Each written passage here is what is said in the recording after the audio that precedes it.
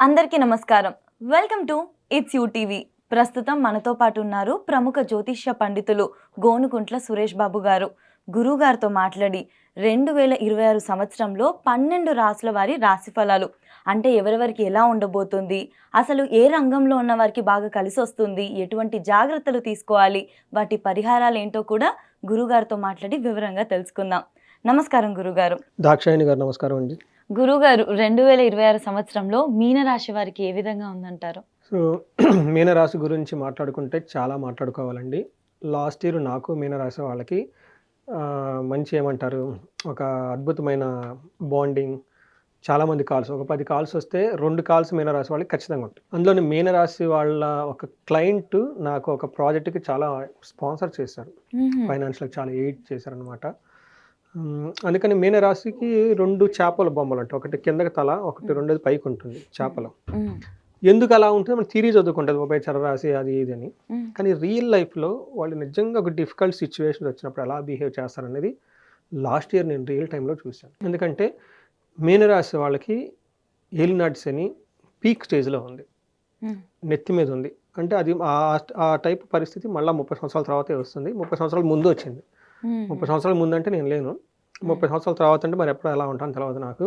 ఇప్పుడైతే చూశాను వీళ్ళని, అంటే మన థియరిటికల్గా బుక్స్లో చదువుకునేది, రియల్ లైఫ్లో వాళ్ళు ఎలా బిహేవ్ చేస్తారు అనేది ఈ మీనరాశి వాళ్ళని నేను ఈ సంవత్సరం రియల్గా చూశాను. 10 సంవత్సరాల నుంచి జ్యోతిషం ఉన్నా రియల్గా వాళ్ళు ఎలా బిహేవ్ చేస్తారంటే టఫ్ టైంలో అనేది నేను చూశాను. లాస్ట్ ఇయర్ 2025లో మోస్ట్ బాగా సఫర్ అయిన రాశిలో ఒక రాశి మీనరాశి.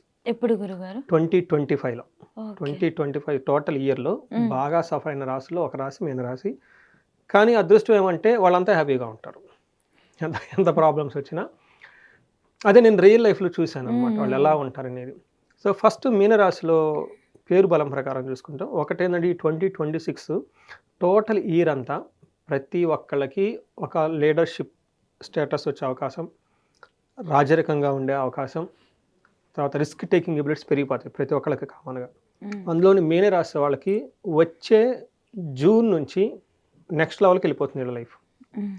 ఇప్పటిదాకా వాళ్ళకి 75% బాగలేదు, 25% మాత్రం అనుకూలంగా ఉంది. జూన్ తర్వాత 50-50 అయిపోతుంది ఆ రేషియో. ఇప్పటిదాకా చేసిన వాటిలో అంటే ఇప్పటిదాకా అసలు 7 ఫెయిల్ అయితే అక్కడ నుంచి వీళ్ళకి 5-6 చాలా సక్సెస్ఫుల్గా ఉంటుంది, ఫెయిల్ అయ్యే తక్కువగా ఉంటుంది. అంటే లైఫ్లో వీళ్ళకి ఒక స్ట్రాంగ్ ఏమవుతుంది, బేస్ వస్తుంది. ఇప్పటిదాకా కొంచెం ఇబ్బంది పడుతున్నారనమాట వీళ్ళు. ఈ మీనరాశి కనుక చూసుకుంటే పూర్వభాద్ర 4వ పాదం, ఉత్తరాభాద్ర 1, 2, 3, 4 పాదాలు, రేవతి 1, 2, 3, 4 పాదాలు అంతా మీనరాశిలో ఉంటారు. పేరు బలం ప్రకారం కనుక చూసుకుంటే దీ, దూ, షం, జా, దా, దే, దో, చా, చి అన్న లెటర్స్ అంతా ఇందులో ఉంటాయండి. సో మీనరాశి కనుక చూసుకుంటే ఈ టోటల్ 2026లో మనకి 4 గ్రహాలు బేస్ చేసుకుని మనం ప్రిడిక్షన్ చెప్తూ ఉంటాం. అదేంటంటే గురువు, శని, రాహు, కేతులతో కలిపి. అయితే ఇక్కడ ఈసారి ఈ టోటల్ ఇయర్లో ఒక గురువు మాత్రమే మారుతున్నారండి, అది కూడా మనకి జూన్లో మారుతున్నారు. ఈ జూన్లో గురువు మారుతుంది, వీళ్ళకి అదృష్టం మారుతుంది, తర్వాత మారిపోతుంది. ఇప్పటిదాకా స్ట్రగుల్స్ పడిన దాని నుంచి నెక్స్ట్ లెవెల్కి కంఫర్ట్ జోన్లోకి వచ్చేస్తారు. అంటే థింగ్స్ వీళ్ళ చేతిలో ఉండి కంట్రోల్ వస్తుంది వీళ్ళకి. ఇప్పటిదాకా అలా లేని పరిస్థితి నుంచి ఉన్నతంగా స్థితికి అయితే వెళ్ళిపోతారు. అందరికన్నా నేను చెప్పను, కొంతమంది వాళ్ళ దశాభుక్తి బాగుంటే బాగుండి ఉండొచ్చు, కొంతమంది వాళ్ళ దశాభుక్తి సరిగా లేకపోతే ఇంకా బాగా సఫర్ అయ్యి కూడా ఉండొచ్చు. నాకు దగ్గరికి బాగా సఫర్ అయిపోయి డైవర్స్లు అయిపోయి సూసైడ్లు అన్న వాళ్ళు కూడా వచ్చిన వాళ్ళు ఉన్నారు. లేదండి నాకు బాగానే ఉందండి, కాకపోతే మీరు చెప్పిన వీడియోస్ అవి విన్నామండి, ముందుగా ప్రికాషన్ కొన్ని పూజలు చేసుకుంటున్నాము. వీళ్ళు ఇంటెలిజెంట్ కస్టమర్స్. మనకు చేపలు ఉంటాయి కదండి, చేపలు 3 రకాల చేపలు అండి, మతి, మందమతి, సుమతి అన్నట్లు. ఈ క్లయింట్లు కూడా చాలామంది ముందు అడ్వాన్స్డ్గా రాశి ఫలాలు తెలుసుకొని ముందుగా ప్రికాషనరీగా పూజలు అన్నీ చేయించుకుంటూ ఉంటారు. చూడండి వీళ్ళు ఏమన్నారు, కొంతమంది బాగా సఫర్ అయ్యి ఇబ్బంది పడిపోయి లాస్ట్లో వస్తారు అంతా అయిపోయిన తర్వాత. అందుకని చెప్పేసి మనం వీళ్ళకి ఫుల్ ఇయర్లో కనుక చూసుకుంటే మనకి మహర్షుల సంస్కృతంలో ఏం చెప్తారంటే సూక్ష్మ గోచరం, లఘు గోచరం ప్రకారం జన్మ రాశిలో శని ఉండటంతో నానా రోగ శుచం, అంటే వివిధ రకాలైన ప్రాబ్లమ్స్ని, దుఃఖాలు వీళ్ళకి వస్తూ ఉంటాయి అని మనకు చెప్తూ ఉంటారు.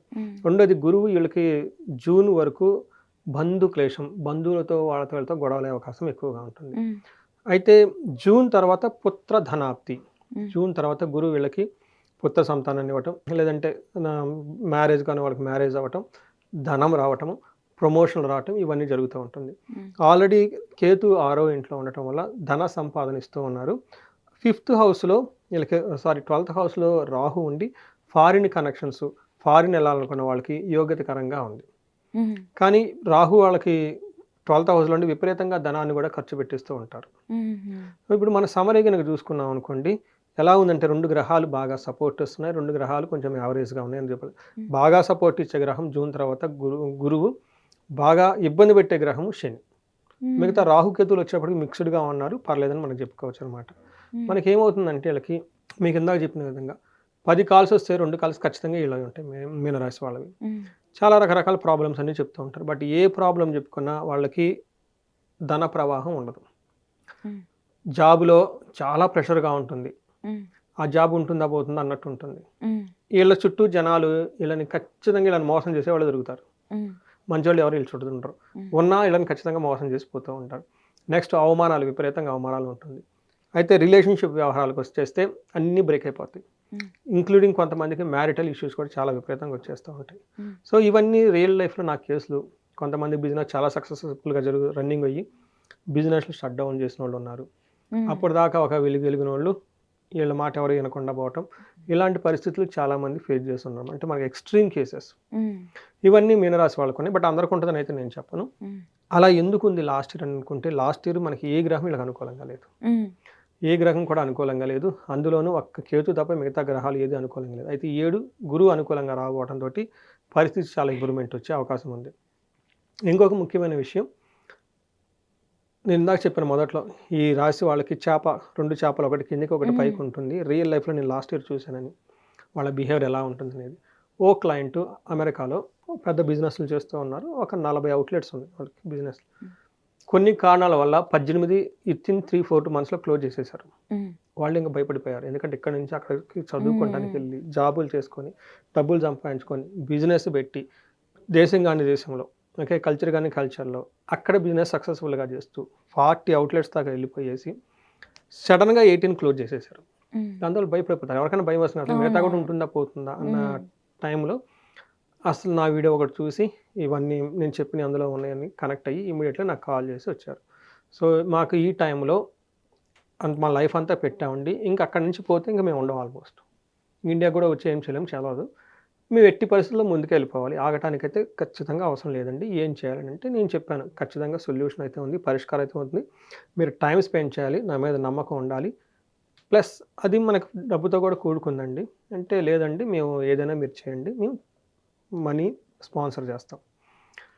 వాళ్ళు 15 డేస్ టైం తీసుకొని ఇటు వేదాలు, పురాణాలు, తాంత్రిక శాస్త్రాలు ఇవి కాకుండా అనాదిగా కొన్ని ప్రాక్టీసెస్ వస్తాయి. అవి బుక్స్లో ఎక్కడా ఉండవు.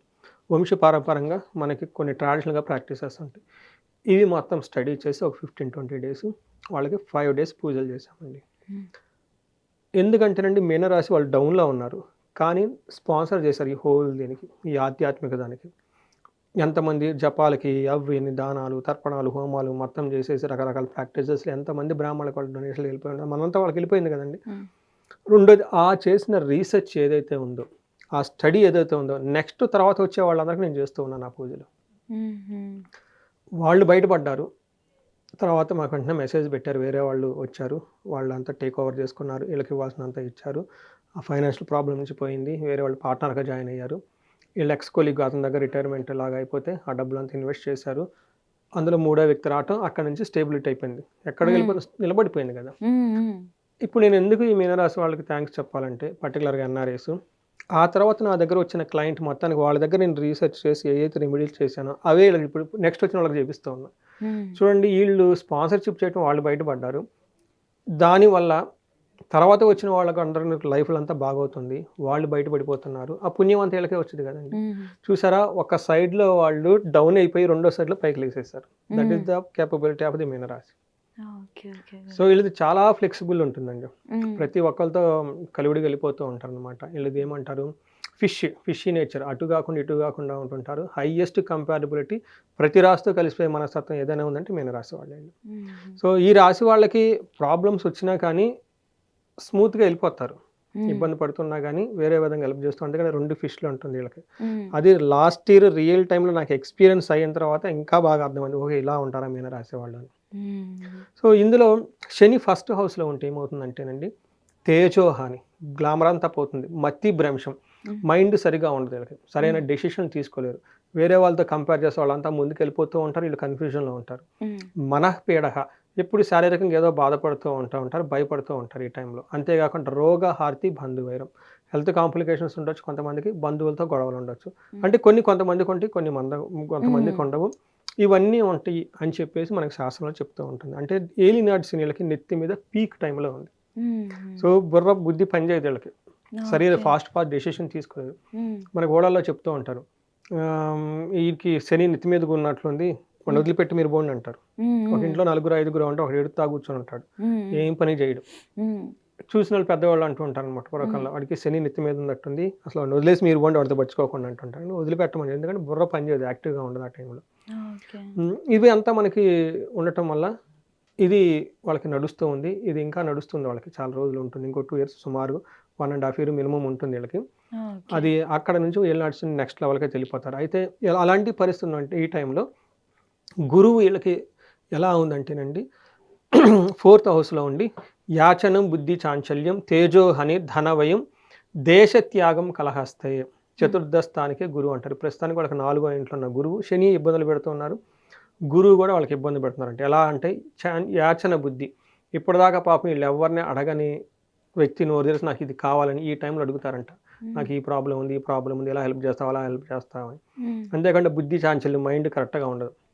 రెండోది తేజోహాని, వాళ్ళలో ఆ గ్లోరియస్ ఉండదు వాళ్ళ దగ్గర, ధనం విపరీతంగా ధనం అవుతుంది. దేశత్యాగం, ఈ టైంలో ఉన్న ప్లేస్ని వదిలిపెట్టేసి వేరే ప్లేస్కి వెళ్ళిపోతారు, ఇంట్లో ఉండకుండా దూర ప్రయాణాలకు వెళ్ళిపోతూ ఉంటారు అనమాట. బంధువుల వల్ల ఇబ్బంది, ఆందోళనలు, మోసపోవటం, నష్టపోవటం, ఇవన్నీ జరుగుతుంటాయి. అంటే కటు శని బాగలేదు, వీళ్ళకి గురువు బాగలేదు. అయితే ఏమవుతుందంటే 5th హౌస్లో రేపు జూన్ నుంచి గురువు మారటంతో ఈ ప్రాబ్లం అంతా మారిపోతుంది. ఇక్కడ నుంచి వాళ్ళకి అర్ధలాభం, ఐశ్వర్యం, స్వకర్మరతి హర్షితం, సదా స్వజన సౌఖ్యం, పంచమస్తే భవేద్ గురువు అంటారు. ఇప్పటిదాకా మనం ఏదైతే చెప్పుకున్నాం అందులో సగం ప్రాబ్లమ్స్ రేపు జూన్ తర్వాత వెళ్ళిపోతూ ఉంటాయి. గురువు రావటంతో ఆర్థికంగా లాభం ఉంటుంది, ధైర్యంగా ఉంటారు, ఏదైనా పని చేస్తే అందులో మంచి రిప్యుటేషన్ వస్తుంది, సదా స్వజన సౌఖ్యం, వాళ్ళు బాగుంటారు, వాళ్ళ చుట్టూ ఉన్న వాళ్ళు కూడా బాగుంటారు అని చెప్పేసి మనకు శాస్త్రంలో చెప్తూ ఉందండి. అయితే రాహు వీళ్ళకి 1st హౌస్లో ఉండటంతో 12th హౌస్లో ఉన్నారు. రాహు 12th హౌస్లో ఉండటంతో ఫారిన్లో ఉన్న వాళ్ళకి బాగా కలిసి వస్తుంది, ఫారిన్ వెళ్ళాలి అనుకున్న వాళ్ళు కూడా బాగా కలిసి వస్తుంది. సో ఈ టైంలో ఏమో ధననాశనం, కార్య విఘ్నం, ప్రవాసం అని చెప్తారు. అంటే ఈ టైంలో ధనం విపరీతంగా ఖర్చు పెడుతూ ఉంటారు. రాహు రేపు వచ్చే డిసెంబర్ వరకు ఏదైనా పని చేస్తే కార్యముల ఆటంకాలు వచ్చేస్తూ ఉంటాయి. ప్రవాసం, కానీ ఫారిన్ వెళ్ళాలి, ఇతర దేశాలు ఉండటం వల్ల అక్కడ ఉండే వాళ్ళకి మంచి జరుగుతుంది, అక్కడికి వెళ్ళిన తర్వాత మంచి జరుగుతూ ఉంటుంది, ఉన్న ప్లేస్ని వదిలిపెట్టేసి. సో అందుకని చెప్పేసి రాహు వీళ్ళకి మిక్స్డ్గా మోడరేట్గా ఉన్నారు. బట్ కేతు వచ్చేటప్పుడు వీళ్ళకి 6th హౌస్లో ఉండి విపరీతంగా ధన ప్రవాహాన్ని ఇస్తున్నారని మనం చెప్పుకోవాలి. అంటే ఏమవుతుందంటే ప్రస్తుతానికి ఒక 70% బాగుంటే జూన్ తర్వాత ఈ పర్సెంటేజ్ ఒక 60% దాకా వీళ్ళకి బాగుండే అవకాశం ఎక్కువగా ఉంటుంది. ఇప్పటిదాకా వీళ్ళ చేతిలో ఏది ఉండదు, ఏదో వెళ్ళిపోతూ ఉంటుంది, అది మంచో చెడో తెలియదు, ఆ ఫ్లోలో వెళ్ళిపోతూ ఉంటారు. వాళ్ళ మీద వాళ్ళకి ఒక నిలబడి, ఒక స్టాండర్డ్, ఒక అండర్స్టాండింగ్, ఒక గ్రిప్ తెచ్చుకునేది జూన్ తర్వాత. ఆ తర్వాత అక్కడ నుంచి నెక్స్ట్ ఆ హోల్ ఇయర్ అంతా వాళ్ళకి చాలా బాగుంటుంది. తర్వాత స్లోగా ఉన్నటువంటి ఈ శని యొక్క ప్రభావం నుంచి కూడా బయటపడిపోతూ ఉంటారు. బట్ రైట్ నో వాళ్ళు డీప్ క్రైసిస్లో ఉన్నారని మనం చెప్పుకోవచ్చు. ఇది కొంచెం హార్డ్ వినటానికి, కానీ అది అందులో ఉన్నారని మీరు గమనించుకోవాలి. ఈ టైంలో కొంచెం కాషియస్గా ఉండాలి, పర్టికులర్గా మనీ వ్యవహారంలో, కొత్తగా వచ్చిన వాళ్ళతో పరిచయాలతోటి, నెక్స్ట్ ధన ప్రవాహం రాకుండా ఉండటానికి, తర్వాత ఉద్యోగం, ఇలాంటి విషయాలు కొంచెం స్మూత్గా పేషెన్సీగా ఉంటే బాగుంటుందండి. ఓకే గురుగారు నక్షత్రాల పరంగా కూడా చెప్తారా ఒక మాట? నక్షత్రం పూర్వభాద్ర, ఉత్తరాభాద్ర, రేవతి 3 నక్షత్రాలు ఉంటాయండి. ఇందులో పూర్వభాద్ర నక్షత్రం వాళ్ళకి నక్షత్రం ప్రకారం చూసుకుంటే ధనలాభము, ధన వృద్ధి, రాజ్య లాభము, ప్రమోషన్స్ అంతా వస్తుంది, సంతోషంగా ఉంటుందండి. అయితే వీళ్ళకి హెల్త్ కాంప్లికేషన్స్ ఒకటి ఉంటుంది, ఇది ఒకటి మాత్రం కొంచెం జాగ్రత్తగా ఉండాలి. అయితే ఉత్తరాభాద్ర నక్షత్రం వాళ్ళకి వీళ్ళకి సంతోషం ఉంటుంది, రాజ్యలాభం ఉంటుంది, ధనలాభము, సుఖము, హెల్త్ బాగుంటుంది. కాకుండా వీళ్ళకి మరణము అని మధ్యలో ఒకసారి చూపిస్తుందండి. అంటే వీళ్ళు చేస్తున్న పని కానీ వర్క్ కానీ ఏదో ఒకటి మధ్యలో ఆగిపోతుంది, అంటే ముందుకెళ్ళదు అని దాని యొక్క మీనింగ్. అంటే మరణం అంటే మన తెలుగు సినిమాల్లో వాడేది కాదు, అక్కడ వేరే ఉంటుంది. అలా రేవతి అన్న నక్షత్రం కనుక చూసుకుంటే వీళ్ళకి సంతోషంగా ఉంటారు, ధన ప్రాప్తి ఉంటుంది, హెల్త్ బాగుంటుంది, ధన లాభం ఉంటుంది, సుఖం ఉంటుంది. అయితే వీళ్ళకి అక్టోబర్ టైంలో అనుకున్న పనులు కాకుండా వీళ్ళ డ్రీమ్ ప్రాజెక్టు లేదంటే డ్రీమ్ ఏదైనా ఉంటే అది అక్కడితో మధ్యలో ఆగిపోతుంది అని గమనించుకోవాలి. సో ఇది మనకి నక్షత్ర ప్రకారం మనం చెప్పుకోవచ్చండి. ఓకే గురుగారు. గురుగారు, ఇప్పుడు మీరు కొన్ని సమస్యలైతే చెప్పారు కదా! ఆరోగ్యపరంగా కానీ, కొంతమందికి ఆర్థికంగా గూడా ఇబ్బందులుంటాయని చెప్పి. మరి దానికేమైనా పరిహారం చెప్తారా? సో, మనకి ఈళ్ళకి ఫస్టు శనికి సంపూర్ణ శాంతి పూజలు చేపిచ్చాలి. హ్మ్. అంటే ఏంటి? శనికి సంబంధించిన జపాలు చేపిచ్చడం, హ్మ్. దానాలు చేపిచ్చడం, హోమాలు చేపిచ్చడం, తైలాభిషేకం చేపియడం చేయాలి. హ్మ్. ఇది వాళ్ళు చేసుకోలేరు. ఖచ్చితంగా దగ్గరలో ఉన్న శివాలయానికో, ఎక్కడికి గుడికెళ్ళేసి అక్కడ బ్రాహ్మణుల్ని లేకుంటే మనకి పూజారులను గానీ వాళ్ళని అడిగేసి పురోహితం చేసేవాళ్ళు ఉంటే వాళ్ళకి ఇలా నాకు ఈ జపాలు చేయాలంటే వాళ్ళు చేసి పెడతారు. శని పాశుపతాభిషేకం అని ఉంటుంది. అది హ్మ్. చేపిచ్చుకోవాలి. ఇదంతా మీకు మీరు చేసుకోలేరు కాబట్టి బయట నుంచి చేపిచ్చుకోవాలి. హ్మ్. ఈళ్ళు చేసుకోలేరు. ఈళ్ళు చేసేయి కొన్నుంటాయి. శని పిప్పలాద స్తోత్రం అని ఉంటుంది. అది చదువుకోవాలి. హనుమాన్ చాలీసా చదువుకోవాలి. ఈళ్ళ స్వహస్తాలతో శనికి శనివారం తైలాభిషేకం చేసుకుంటూ ఉండాలి. హుహు. ఇది ఒక రకం. తర్వాత దక్షిణ కాళీ అమ్మవారు అని ఉంటారు. ఈ శనికి అధిష్టాన దేవత అని చెప్తారు. హ్మ్. ఆ యొక్క అమ్మవారి యొక్క మంత్రం ఒక 10,000 సార్లు జపం చేపించాలి. వాళ్ళు చేసుకోలేరు. ఇది బయట చేసేవాళ్ళు ఉంటారు. హ్మ్. ఇది మనకి తాంత్రం కింద వస్తుందన్నమాట. హ్మ్. సో వీటితో పాటు మనకి స్తోత్రాలు అవి మనకి పురాణాల్లో చెప్తూ ఉంటారు. అలానే కొన్ని శనికి సంబంధించిన మంత్ర జపంతో అది వేదాల్లో చెప్తూ ఉంటారు. ఇవన్నీ మనం చేసుకుంటూ ముందుకెళ్ళిపోవాలి. తర్వాత ఈళ్ళు క్షేత్ర దర్శనం అంటారు. ఇది కూడా రెమెడీస్‌లో ఒక భాగం. ఈళ్ళు ఎక్కడికెళ్ళాలంటే తిరునల్లారు అని ఉంటుంది. పాండిచ్చేరి దగ్గర. హ్మ్. అక్కడికెళ్ళొచ్చేస్తే ఈళ్ళకి ఆ శని పీడలన్నీ పోయి శుభం వస్తుంది. ఓకే. హుహు. ఎందుకంటే క్షేత్రానికి చాలా బలం ఉంటుంది. హుహు. నెగెటివ్ ఎనర్జీ అంతా శని పెట్టే పీడలంతా పోయేసి హ్మ్. పాజిటివ్ అయ్యి శుభం అయిపోతారు ఈళ్ళు. ఓకే. ఓకే. ఇది అక్కడికెళ్తూ ఉండాలి. వీళ్ళైతే నవగ్రహాలు మొత్తం ఒకసారి కుంభకోణం నవగ్రహాలంతా తిరిగి వాళ్ళకి దర్శనం చేసుకొని వస్తే ఇంకా చాలా బావుంటుంది. సో, ఇవి పరిహారాలు. తర్వాత గురువు వీళ్ళకి ప్రస్తుతానికి బాగలేరు కాబట్టి, ఒక్కసారి ఈళ్ళకి కోటప్పకొండ హ్మ్. దర్శనం చేసుకుంటే చాలా బావుంటుంది. ఆశ్రమాలు తిరగటం, లేదంటే గురువులకి ఏదన్నా దానం చేయటం, ఇవన్నీ చేస్తూ ఉంటే నెగెటివ్ ఎనర్జీ అంతా పోయి చాలా చక్కగా ఉంటుందండి. సో, ఇవి మనకి పరిహారాలు అనుకోవచ్చు. బట్ ఇండివిడ్యువల్‌గా హ్మ్. ఎవరైనా మా క్లయింట్ ఇందాక అమెరికా నుంచి చేసిన విధంగా వాళ్ళకి స్పెసిఫిక్ ప్రాబ్లమ్ ఉంటుంది. బిజినెస్ ఎతకకుండా మధ్యలో ఆగిపోయి ఉంటుంది. హ్మ్. ధన ప్రవాహం కావాలి కాబట్టి స్వర్ణలక్ష్మి విశేష హోమం. కొంతమందికి సీరియస్ హెల్త్ కన్సర్న్ ఉంటుంది. వాళ్ళకి మహామృత్యుంజయ హోమము లేదంటే అభిషేకం చేపించుకోవటం. విపరీతమైన శత్రుబాధలు ఉంటాయి. వాళ్ళకి చండీ హోమం, చండీ పారాయణం చేసుకోవటం. ఇలా ఇంకా చాలా అండి. వాళ్ళకి పెళ్లి కాదు. చాలా లేట్ అవుతూ ఉంటుంది. సుందరాకాండ పారాయణం, రుక్మిణి కళ్యాణ పారాయణం ఇవన్నీ చేసుకుంటూ ఉంటే చాలా బావుంటుంది. విశ్వావసు గంధర్వరాజ హోమం అని ఒక హోమం ఉంటుంది. హ్మ్. వీళ్ళకి భార్యాభర్తల మధ్య గొడవలున్నా, లేదంటే ప్రేమలో ఉన్నారు కానీ అందరూ ఒప్పుకోవటం లేదు. హ్మ్. ఇలాంటి వాటికి. లేదంటే ప్రేమించుకొని పెళ్లి చేసుకున్నారు. తర్వాత మధ్యలో గ్యాపులు వచ్చినాయి. ఇలాంటి వాటికి డిస్టర్బెన్స్ ఏమైనా ఉంటే ఈ విశ్వావసు గంధర్వరాజ హోమం చేపించుకుంటే చాలా బాగుంటుంది. హ్మ్. ఇవంతా మనస్పర్ధలన్నీ పోయి అన్యోన్యంగా ఉండే అవకాశం చాలా ఎక్కువగా ఉంటుందన్నమాట. హ్మ్. ఇలా ఏదైనా గనుక ఈ రాశి వాళ్ళకి ఇండివిడ్యువల్‌గా వాళ్ళకి ప్రాబ్లమ్ ఉంది అని మన దగ్గరకొస్తే హ్మ్. వాళ్ళ జాతకం చూసి హ్మ్. ఈ శని పెట్టే బాధల నుంచి, మిగతా బాధల నుంచి త్వరగా ఉపశమనం వచ్చే విధంగా సరైన కార్యక్రమాలన్నీ చేసి, హ్మ్. వాళ్ళకి జీవితంలో 10 అంతలు ముందుకెళ్ళే అవకాశం మనం కల్పించొచ్చండి పూజల ద్వారా. ఓకే గురుగారు. ఓకే. ఈ రాశి వాళ్ళు మనకి 2026లో చాలా అద్భుతంగా రాణించాలని, ఈళ్ళకి అష్టైశ్వర్యాలు, భోగభాగాలు కలగాలని చెప్పేసి మనం కోరుకుందామండి. ధన్యవాదాలు గురుగారు. నమస్కారం అండి.